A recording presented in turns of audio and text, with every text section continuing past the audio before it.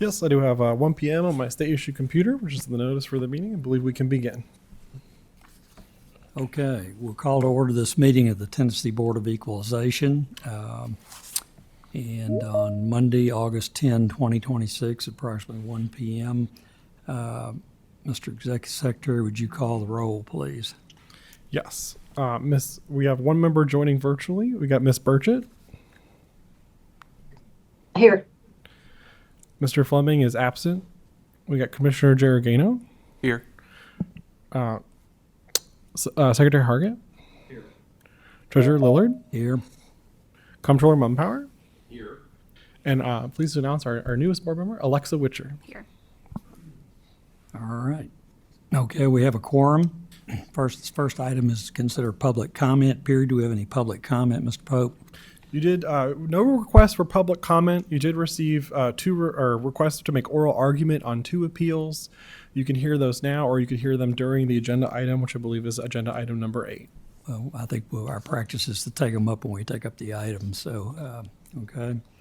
So we'll do that then, if you'll let us know. And the next item is item 3, review of the minutes from April 13, 2026. And I think we've got a new set of minutes that was circulated today, right, Robin? Correct. You made me aware there was a typo in there on page regarding Mr.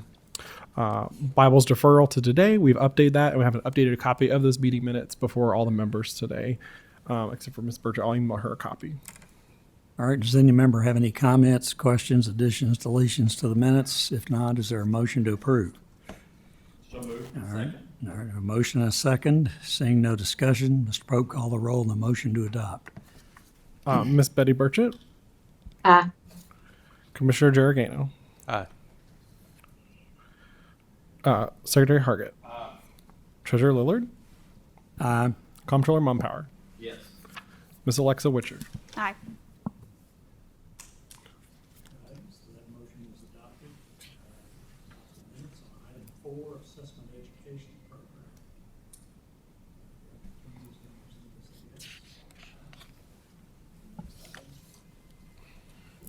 Two items under assessment designations.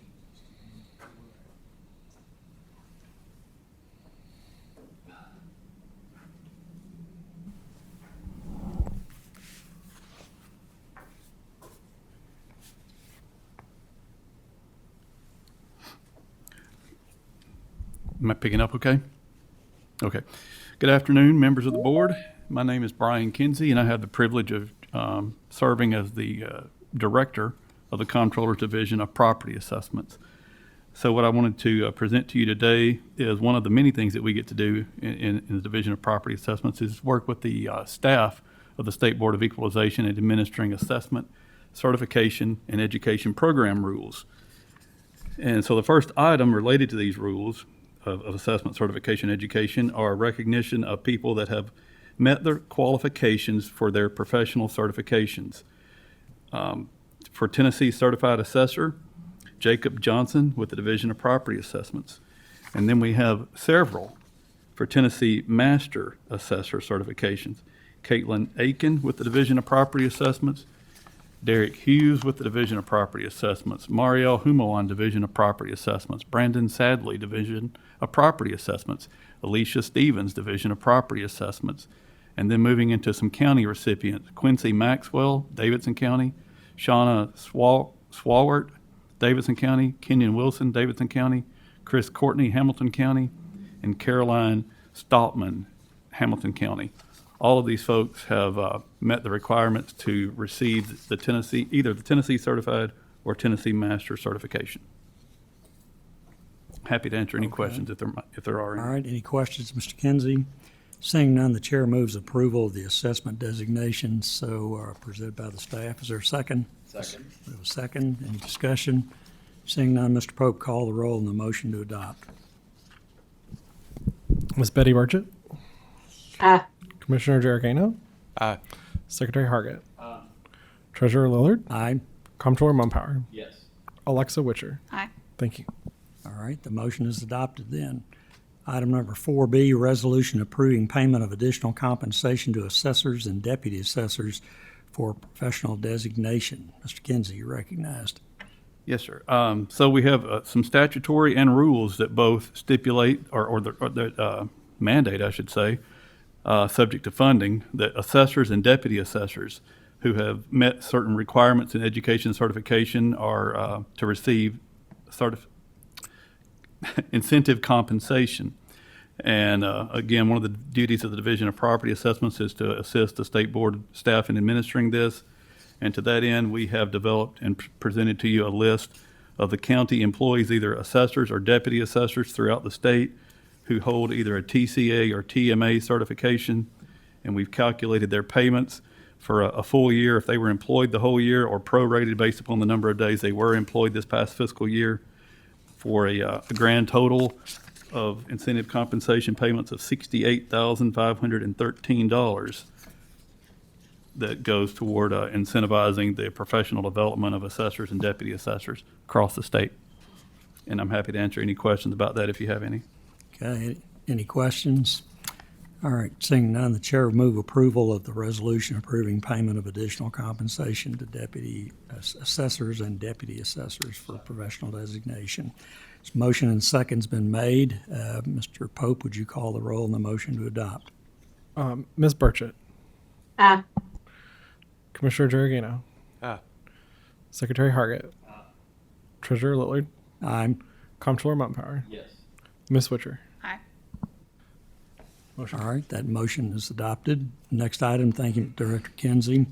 Item 5 is next, review of reappraisal plans and programs.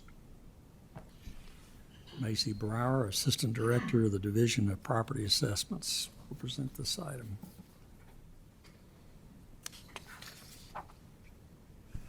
Good afternoon, Chairman Lillard, members of the board. My name is Macy Brower with the Division of Property Assessments.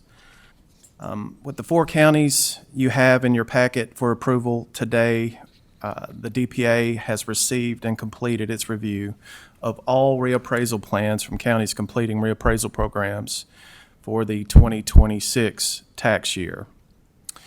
Each plan has been reviewed for accuracy and completeness of required information, and copies are on file and available upon request. I'll answer any questions the board may have. Okay, any questions of Mr. Byrne? Yes, Comptroller. Thank you very much. If you could articulate what the 4 counties are and what their reason was for being late. Starting with coffee, there was, as I recall, miscommunication between the assessor and the county mayor on getting their plan before the county commission. They were a little bit late in the process, and the last-ditch effort did not prove successful. So we received that plan shortly after the April meeting of this body. Hawkins, we actually had in our possession when the April plan, when this body met in April, but they were just too late for submission before the cutoff date for the April meeting. Rutherford, as I understand it, there were discussions back and forth between the Division of Property Assessments and Rutherford County on wording in the document, which led to a delay in having them being after the April meeting. Tipton, more issues with communication between the assessor and the county mayor and county commission on which revaluation choices that they wanted to make. And there was also an illness on the part of the assessor, had back surgery, I believe. So that put Tipton County behind on getting themselves submitted for April. Thank you. So it's great that they're in now. Do you think with our approval today, all of these counties will be able to achieve the goals they've set out in the plans? Yes, sir. I believe every county is on track to do what they need to do. Thank you. Thank you, Mr. Chair. Okay, any other questions for Mr. Brower? Okay, I assume this needs the approval of the board, so Chair will move to approve the reappraisal plans and programs as presented by the staff. And it's been seconded. Seeing no discussion, Mr. Pope, would you call the roll on the motion to adopt? Ms. Burchett, Aye. Commissioner Giorgino, Secretary Hargett. Treasurer Lillard. Aye. Comptroller Mumpower. Yes. Ms. Witcher. Aye. All right. That motion passes and that matter is adopted. Thank you, Mr. Brower, for your good report there. Item number 6 is next, report of the Director, Division of Property Assessments. It's an informational item.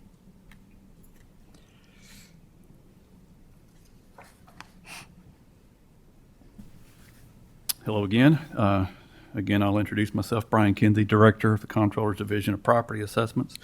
Statutorily, the division is to prepare an annual report and present it to this body, and it should be in your packet. It's a multi-page annual report that covers many of the accomplishments, whether it be some of the routine work that we do to the non-routine. And for one example, I mean, we partnered with the Secretary Hargett's office this year in helping to produce some of the maps that resulted from redistricting. So a lot of information in here.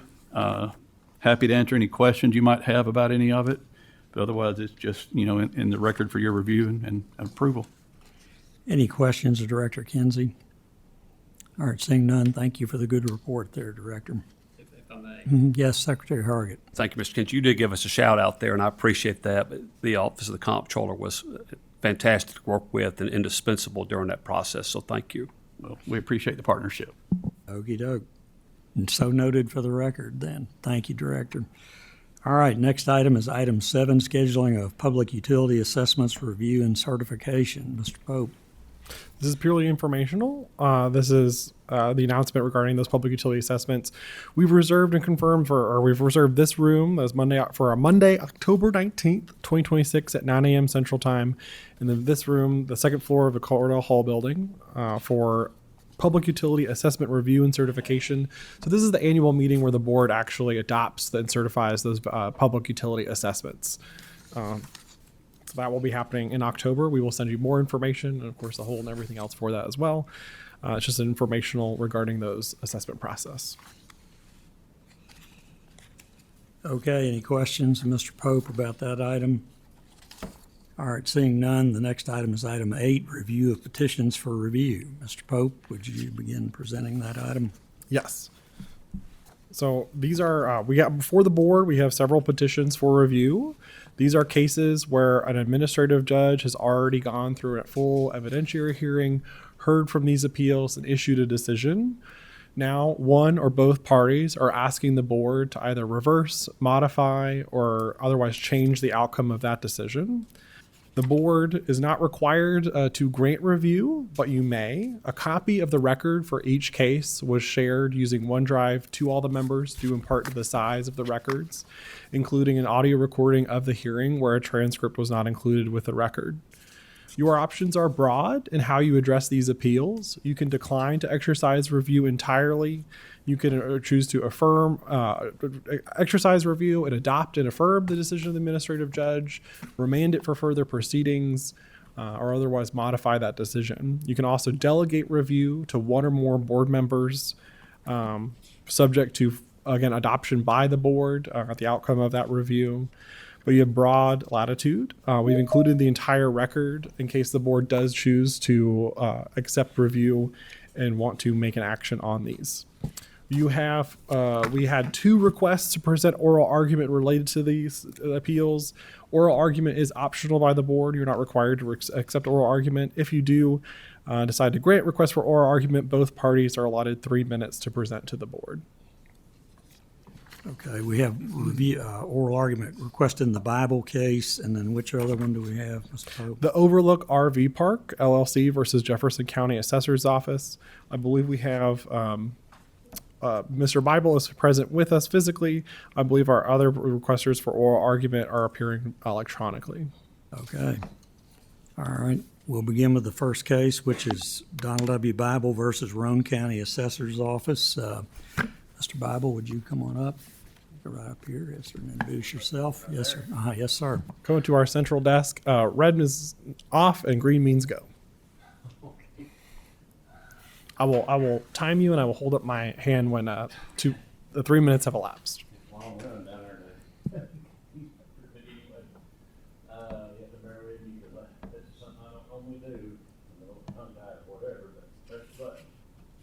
All right, I want to thank for everybody for letting me speak. My name's Donald Bible. I'm the owner of the property. I just want to say that the administrative Judge Merle was not incorrect in his ruling, like it's stated in the appeal. I never asked for a tax exemption, never filed one or nothing like that. That the county is presuming that the judge took. It involves one house, one dwelling on Carlock Avenue. I only have one dwelling on this property. And the house has been rented for quite some time.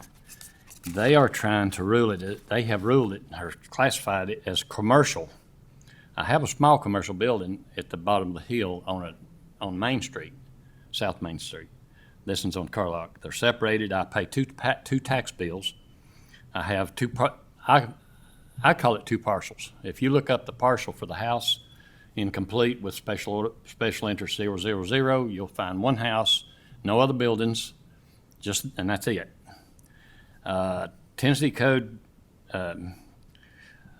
Title 67, Chapter 5, 501, they're trying to put me on paragraph 4, which is industrial property. All properties included of every kind, directly and indirectly, and held for use for commercial, mining, industrial, manufacturing, trade, professional, club, whether public or private, non-tax exempt lodging, business or similar, whether conducted for profit or not. And all real properties used and held for use for dwelling purposes, and I believe they're avoiding that dwelling word, that contains two or more dwellings would be commercial. Well, I only have one. And paragraph 11, which states, residential property, including all real property and everything, it is held for dwelling purposes. They're trying to reverse it and say I have two rentals, so it's commercial. But I don't have but one dwelling. And then in the 11th paragraph, it says that one dwelling is be residential. If it's two or more, then it would be commercial. And they've tried to put me in a class with these other references on other parcels that has 44 units, 99 units. I'll just have one. So the judge was correct in ruling it as residential, and that's what I'm here for, to correct the erroneous, or whatever you want to call it, the misinterpretation of the code in calling my house commercial residential. There's a lot of stuff in this appeal that doesn't pertain to, this is not Georgia, it's not North Carolina. Are there any closing points you want to make? Mr. Bible, your time is up here, but go ahead and make any closing points you want to make. Well, I'm just going to say that in the appeal, there's a lot of information in here referring to Georgia, North Carolina, New Jersey, other states, that this is Tennessee. This ain't all, and they just filled that appeal with a lot of nonsense. All right, do we have any questions, Mr. Bible, by members? All right, seeing no questions, thank you, Mr. Bible, for being here today, okay, and for making the trip to be here. All right, we ask, is there a representative of the Roane County Assessor's Office here? Yes, I believe we have Greg Lefew, attorney for the assessor's office, online virtually. Okay. Mr. Lefew, you should, let me see, he was added. He was previously added a presenter. It looks like he dropped off. I don't see a Lefew in the lobby or as an attendee. Oh, there he is. Mr. Lefew, you're still listed as a presenter, looks like. You should be able to unmute and present to the board.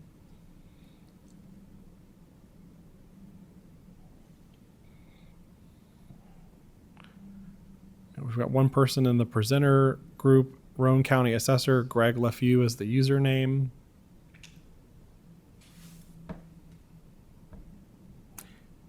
Mr. Lefew, if you're present online, please respond, okay?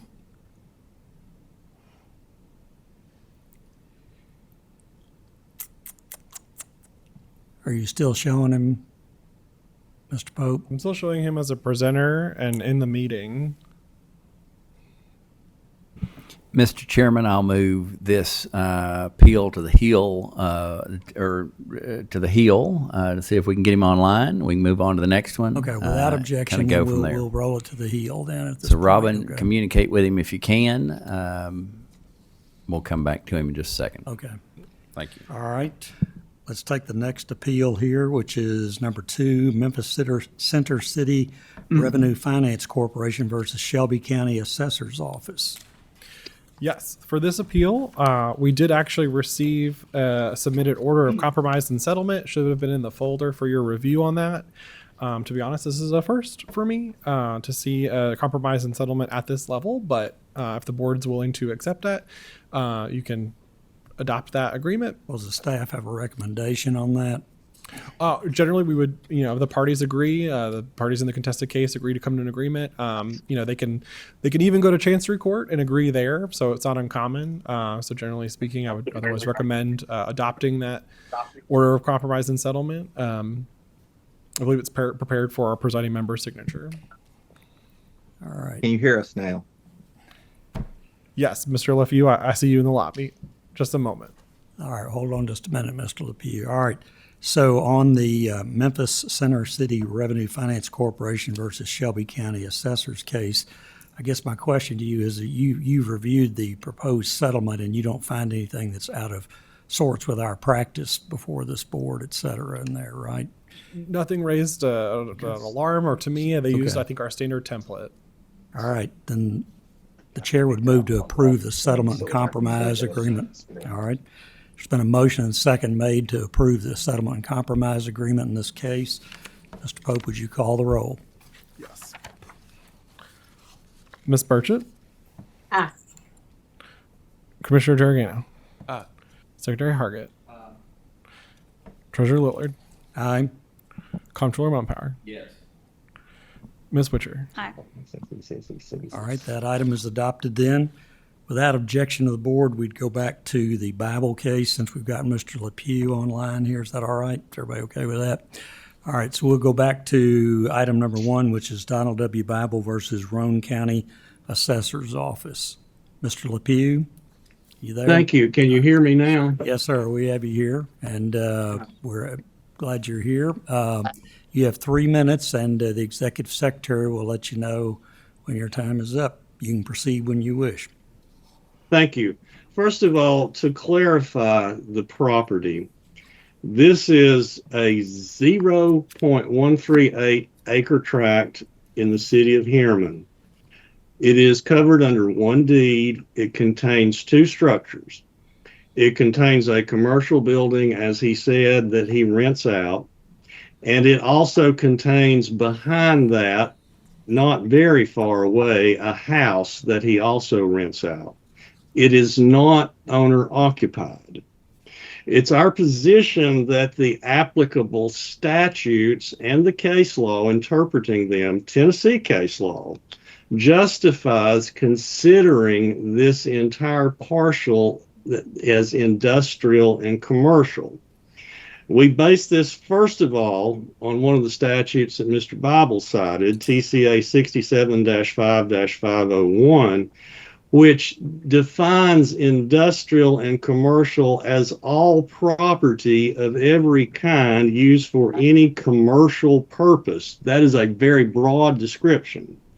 And then it states that all real property used for dwelling purposes, as he stated, that contains 2 or more rental units is classified as industrial and commercial.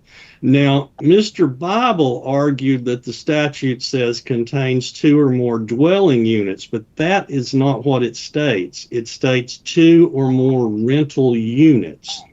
And he has 2 rental units on his non-owner occupied property. One he rents out as a house, the other he rents as a store building. Taxing this entire parcel as industrial and commercial is consistent with applicable state court decisions, particularly the 1975 Supreme Court opinion in Snow versus Memphis. That case held that the purpose of the constitutional amendment is to give a favored classification for someone who owns a single family home on one parcel, or somebody who has a duplex and lives in one unit and rents out the other. But the court held that the purpose of the state constitutional provision, Article 2, Section 28C, which specifically says that residential property consisting of 2 or more rental units is defined as commercial, is to tax higher the income producing property. And Mr. Bible's property is solely income producing. Secondly, the 2002 opinion in Spring Hill versus Board of Equalization holds that the property that is under one deed, that is managed as one unit, that is a single rental enterprise owned and operated by the same taxpayer, is a commercial and industrial classification. Okay, Mr. LePew, do you have anything to close up? The secretary is indicating your time is up, so let us know if you have any closing thoughts here. To accept Mr. Bible's argument is to create an irrational classification, because you would be taxing somebody like him at a reduced rate, even though he has 2 rental units. But if somebody has 2 residential rental units on the same parcel, you would be taxing them at 40%. Okay, thank you. Any questions of Mr. LePew? Question. Comptroller has a question for you. Thank you very much. How did the judge get it so wrong? The judge relied on an excise tax statute for his decision, and the excise tax statute is completely different, and it contained a specific exemption for agricultural property that had 4 dwelling units on it. But that is something completely different, and the courts have held that you don't look at other statutes on different subject matter to construe a particular property tax statute. Yeah, thank you. So, and really, I should have turned my question to say, if your position is correct, how did the judge get it wrong? That's the way I should have phrased my question. Did you argue this case in front of the judge, or was Roane County represented in front of the judge when this was initially heard? I was not a party to that proceeding. The assessor's office was represented by the chief appraiser at that proceeding. Thank you very much. Okay, any further questions of Mr. LePew? All right, thank you, Mr. LePew, for your presentation. Thank you. All right, members, discussion on this particular case.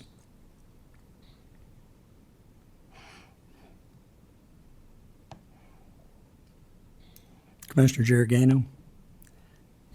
Mr. Chairman, I could share a few thoughts from my review of the case for what they're. I tend to agree the fonts exemption is not relevant to this determination, in my view.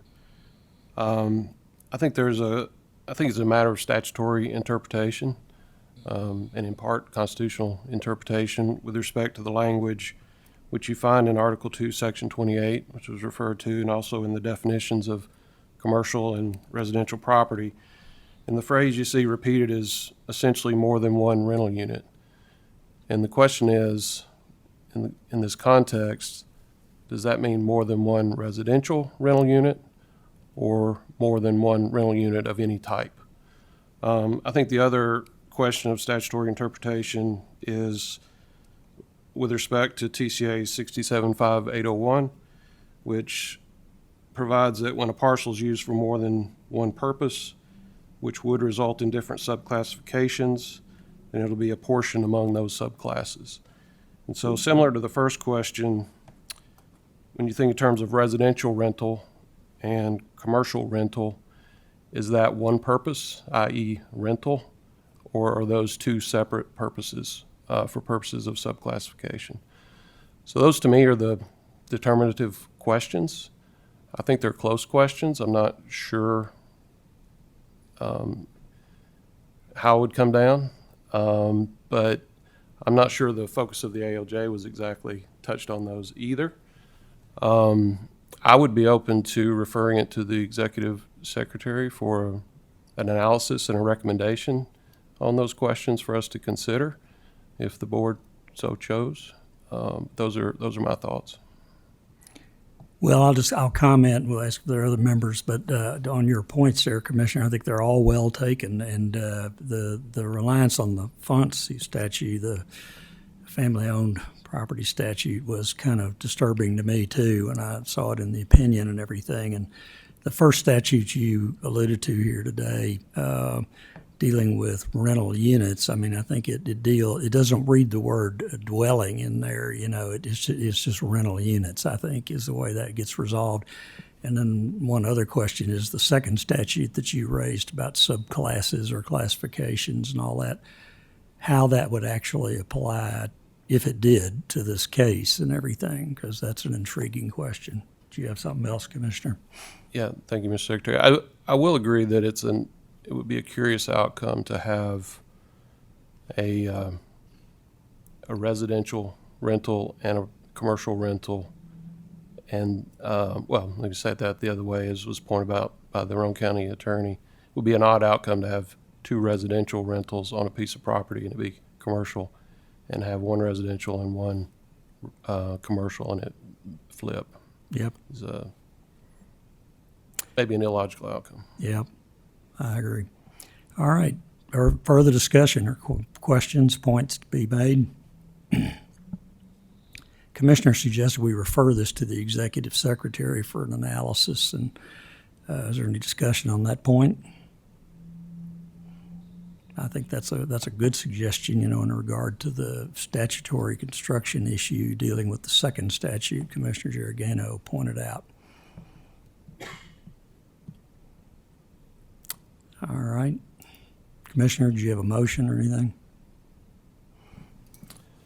I would move to refer it to the executive secretary for an analysis of those two statutes and a recommendation to the board. All right. I'll second that motion. Is there further discussion?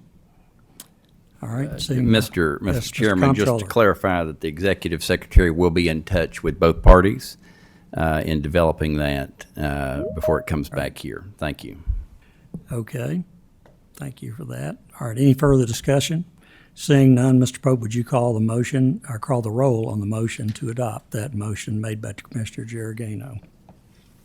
Ms. Burchett, Aye. Commissioner Giorgano, Aye. Secretary Hargett, Treasurer Lillard, Aye. Comptroller Montpower, Ms. Witcher. Aye. Motion carries. Okay, that motion's adopted. All right. And the executive secretary will be in touch with both parties in this case as we move forward with it here. All right, the next item is Overlook RV Park LLC versus Jefferson County Assessor's Office. Mr. Pope, would you introduce this item? Yes, we did also. This is the other appeal where we have oral argument requested. For the appellant, it was originally Greg and Suzanne Kelly, owners of Overlook RV Park. I believe their counsel, Richard Talley, is on the line. And then for the Jefferson County Assessor's Office, who is Susan Gass. I believe she might have representation on the line as well. For a quick summary, this petition was filed following an appeal. Was filed to the board following an appeal to the Jefferson County Board of Equalization for tax year 2025. It includes 111 unique parcel IDs that were previously classified as personal property but were reclassified as real property for tax year 2025. Administrative Judge Carolyn Reed conducted a hearing on February 4th, 2026 with the taxpayer as represented by managing partners and the assessor of property, Susan Gass. The administrative judge issued the initial decision and order on this case on May 6, 2026. The judge found the appeal consisted of those 111 camper sites with water, electrical, and sewer hookups. The judge found that Tennessee Code annotated section 67-5-802 to apply to the subject property and upheld the residential real property classification. The petitioner has, in that case, that is the owners of Overlake RV Park have petitioned the board for review, and like I said, they are on the call. Okay, so we'll call on those who are representing Overlook RV Park. Yes, good afternoon. Yes. Richard Talley here for Overlook. Okay, Mr. Talley, you have 3 minutes, and the executive secretary will signal us when their time is up. Please proceed. Thank you very much. We have filed a detailed written argument that sets out our 3 points that we believe warrants a limited remand, in this case, to identify facts that are needed for proper assessment. First point is that every positive appraisal required a movable structure present with a utility connected on January 1st. The record bears out on questioning here the answer. We don't know who's there January 1st, and we just had to use our best judgment. That was the testimony in the record. The second point, we don't believe that those findings satisfy 45314C. And of course, we acknowledge we didn't make a return on the questionnaire that was sent to us, but I don't think that is the end of the case. Looking at what's required, the record simply doesn't bear out what that section requires, and this record just doesn't bear it out. The third point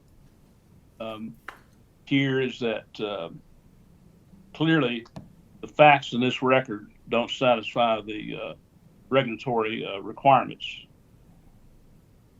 And our there's a detailed written argument in the file that probably does a better job than me setting out what we're talking about. Okay, any questions of Mr. Talley at this point?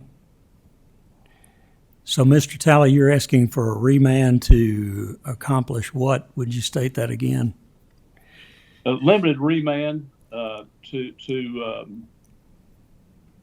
whether or not there was a movable structure corresponding to the account that was assessed, whether that structure was connected to at least one utility service on that date, and that's our request on remand. It's a limited request to remand. Mm-hmm. Okay, thank you very much. Any other questions from anyone? All right, seeing none, thank you, Mr. Talley. All right, would the representative for Jefferson County Assessor's Office, are you present? Yes. Yes, ma'am. Please proceed, state your name, and you have 3 minutes. My name is Susan Gass. I'm the property assessor, and we sent the forms out and a brief letter discussing what the change in the law was, and we sent the form recommended by the Division of Property Assessments. And the form asked that you identify all structures that are on each individual lot as of January the 1st. And when those forms are turned back into us, then we come out and we measure, check those. The form actually asks for who the owner is, the year model of the camper or mobile home, and what size it is. The property owner did not supply us with that. And when we don't get those back, our only other option is to go out there and physically measure them ourselves and list them. We use aerials to determine who's there or what lots have campers on them or mobile homes on them on January the 1st. But ultimately, it's the property owner's responsibility to get us that list so we can have the most accurate information. Okay. Do we have any questions of Madam Assessor here? I don't have any questions. right. Board, please. So, Madam Assessor, you're saying your position is that a limited remand is not necessary because you've already gathered this information, or tell us your exact position on the request for a limited remand. Okay. We told the property owners, I was actually out there doing some of the measuring. The property owner was on site. We measured all of the campers, and I reminded him that we needed that list of who was on those, what the property owner's name was, and the size of the or the camper. He did not supply us with that information. When the change of assessment notices went out, that came before the county board, and we also supplied to them and several of the other campgrounds a copy of all of the property record cards with the information that we had obtained while we were out there. And we also gave them the option of, you supply us with this information and we will make any corrections necessary. We did not receive that change or that list that was requested. I think we mailed those out. It should be in that record. We mailed those out like January 6th or something. And they had till April to mail them back in. Okay.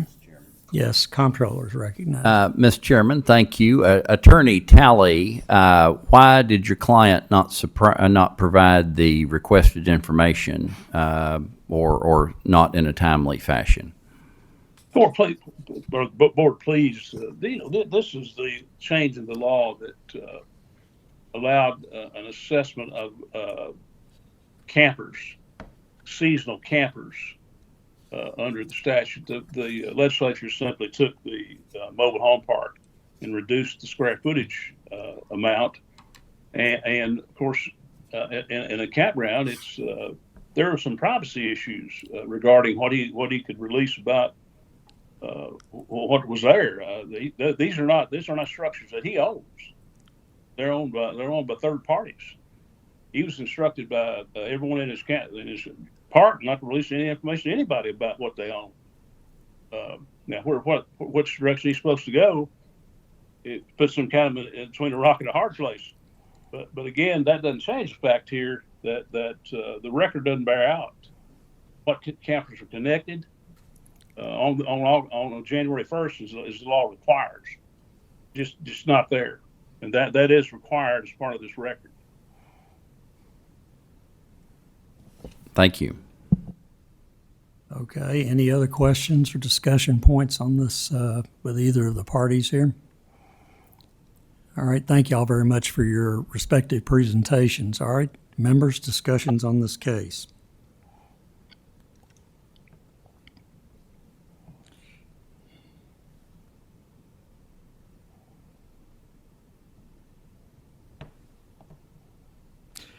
You know, the record in this case, I normally am able to say in most cases I've read the entire record in the case, but in this one, it's a big record, and I have not read the entire thing in its absolute entirety. However, I've covered the key points of it, and I'm